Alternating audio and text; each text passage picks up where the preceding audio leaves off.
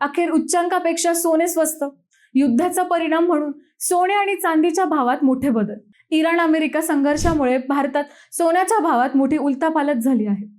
गेल्या काही महिन्यांपासून सोने आणि चांदीच्या दरात सतत चढ उतार पाहायला मिळत आहे. 28 फेब्रुवारी 2026 रोजी अमेरिका आणि इस्रायलने इराणवर मोठा हल्ला केल्यानंतर जागतिक बाजारपेठेत अस्थिरता वाढली. सुरुवातीला सोन्याच्या दरात घसरण झाली आणि अनेकांनी स्वस्त दरात मोठ्या प्रमाणावर खरेदी केली.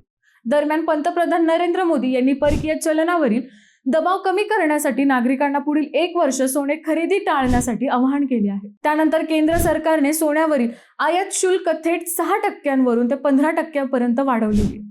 आता जळगाव सराफ बाजारपेठेत सोन्याच्या दरात तब्बल 1,000 रुपयांची तर चांदीच्या 2,000 रुपयांची वाढ झाली आहे. जीएसटी सह सोन्याचा भाव 1,62,225 रुपये तर चांदीचा भाव 2,78,100 रुपयांपर्यंत पोहोचला आहे. आज गुरुपुष्यामृत योग असल्याने ग्राहकांची खरेदी वाढली, पण वाढलेल्या दरामुळे अनेकांच्या खिशाला मोठी कात्री बसत आहे.